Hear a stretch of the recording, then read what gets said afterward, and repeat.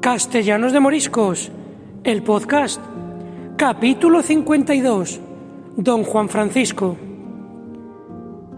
Este pasado abril se cumplió el 70 aniversario de la muerte del que para muchos ha sido uno de los mejores párrocos que ha tenido nuestro pueblo, Don Juan Francisco Sánchez Barbero. Nacido en 1874 en Encina de San Silvestre, hijo de Eduardo y María Teresa. Con 24 años, el 4 de junio de 1898, recibió la orden de subdiácono en la capilla del Palacio Episcopal de Salamanca. Un año más tarde, en la víspera de Nochebuena, recibió el presbiterado de manos del reverendísimo prelado de Zamora, Monseñor Luis Felipe Ortiz. Inmediatamente comenzó a desempeñar su ministerio y el 27 de enero de 1900 estrenó su primer destino, la parroquia de Rollán, con el cargo de coadjutor o ayudante del párroco titular. Tan solo 8 meses después fue nombrado cura ecónomo de la parroquia de Juzbado, donde se ganó el apelativo de elocuente presbítero y fama de poseer una especial fuerza expresiva. Un orador capaz de hablar o escribir de modo tan eficaz que deleitaba, incluso conmovía a toda su audiencia. Dejó Juzbado en septiembre de 1903 y su nuevo destino, Valdunciel, donde se trasladó con su familia y en enero de 1909 falleció su padre. En noviembre de aquel mismo año, durante los 11 siguientes, pasó a ser teniente párroco de Calzada de Valdunciel, hasta que el 14 de febrero de 1920 fue nombrado teniente párroco de Palencia de Negrilla durante otros 8 años. Fue el 16 de noviembre de 1928 cuando tomó posesión de la que sería su última parroquia y en la que más tiempo estaría, la de San Esteban Protomártir de Castellanos de Moriscos. Sustituyendo al anterior párroco, don Juan de Dios Gallego Merino, se instaló en la entonces casa parroquial, hoy edificio San Roque, junto con su madre Teresa, su prima Valeria y su sobrina Manuela. Sus cualidades de orador y magnífico escritor pudimos comprobarlas en el pasado capítulo dedicado a las tormentas, donde, con una pulcrísima caligrafía, nos dejó una crónica rica en detalles. Fue un sacerdote ejemplar que se ganó el afecto de todos sus feligreses. Pero esto no lo digo yo, sino sus obras. En el 33 acometió la última gran reparación de la ermita, saneando tejado y paredes, así como las del cementerio. Y mandaba recorrer el tejado de la iglesia cada año, pues no soportaba ver una gotera. Hemos contabilizado a más de 100 personas que aún viven que fueron bautizadas por don Juan Francisco, y cerca de 60 de ellas tienen recuerdos nítidos de él, incluso habiendo pasado 7 décadas de su muerte. Aquellos niños y niñas, hoy octogenarios, nos hablan de cómo era don Juan Francisco. Recto, pero buena persona y amable, dice Narciso Curto. Era un santo, exclama Casimira Pedraz. Hombre de mucha paciencia, indica Eladio Sánchez, enseñándonos en latín frases que no entendíamos. Siempre con sotana y bonete, rememora Isabel Curto, le gustaba dar paseos por el atrio de la iglesia. El mejor cura que hemos tenido, dice con emoción Marciano Bernal, quien también le recuerda paseando por el camino del cementerio hacia la ermita, acompañado de su perro. Sí, tenía un perro canelo, añade Manuel Escudero, porque era aficionado a la caza. De ambos conservamos una fotografía donde se ve a esta mascota subida al regazo de don Juan Francisco. Un hombre muy celoso de mantener la iglesia arreglada, afirma rotunda María Curto. De esto da buena cuenta Consuelo, porque a su padre, el albañil Nicomedes Madruga, era quien se le encargaba subir a recorrer el tejado cada año.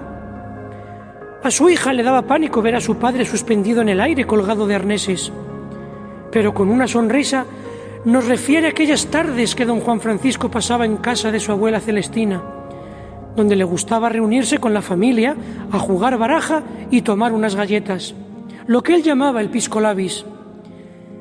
María Antonia y Rosalía Pérez le recuerdan por su parte yendo a ayudar a hacer la matanza a casa de su abuela. Y es que allí, fuera de la iglesia, hacía gala de un gran sentido del humor. En aquellos ambientes distendidos, si alguien bromeaba con que le confesase, decía: «Aquí no vale, en la iglesia». Manuela Curto evoca la especial devoción de don Juan Francisco hacia San José, con aquellos 7 domingos que celebraba para preparar la fiesta del 19 de marzo, recordando las alegrías y dificultades que afrontó el santo patriarca. Y hablando de dificultades, Josefa Escudero alude a aquellos años sombríos donde los más pequeños como ella, oyendo hablar de guerra, hambre e injusticias, llegaron a pensar que el fin del mundo se acercaba. Pero don Juan Francisco, con sus buenos consejos, sabía consolarles. Será lo que Dios quiera, decía él, que habiendo sufrido incluso abusos por parte de algunos, jamás hizo distinciones.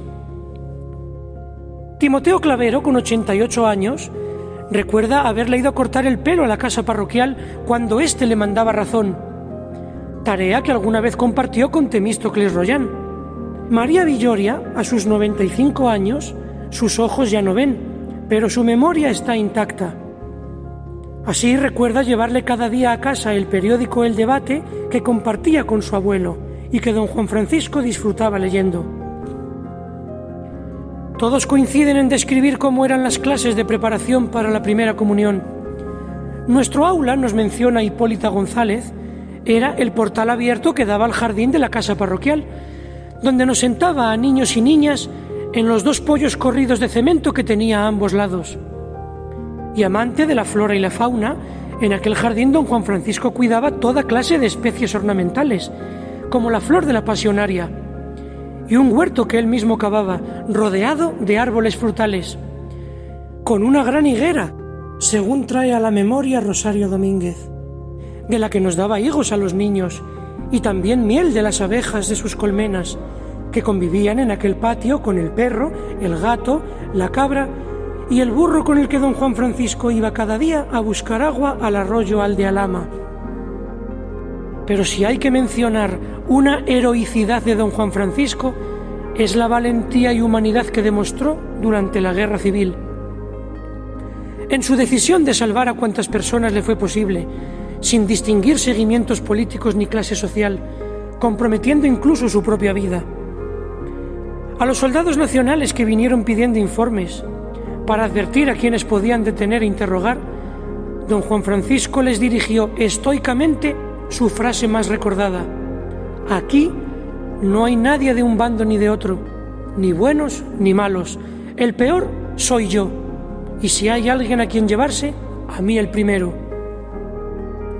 Este acto, que libró a un buen número de personas de una muerte segura, le valió el respeto y la admiración de todo el vecindario, hasta el día de su muerte, tras 25 años al frente de nuestra parroquia, en la que se mantuvo al pie del cañón hasta el último instante. Una misa funeral que hubo de celebrar 8 días antes de su muerte no pudo acabarla por su delicado estado de salud. Él, sintiendo muy cercana su partida, se le ofreció ser enterrado en la ermita, cosa que expresó ser demasiado honor para él. Por lo que cuando su vida se apagó, el 25 de abril del 53, recibió sepultura en una tumba sin nombre, pero cerquita de la ermita, frente a la ventana.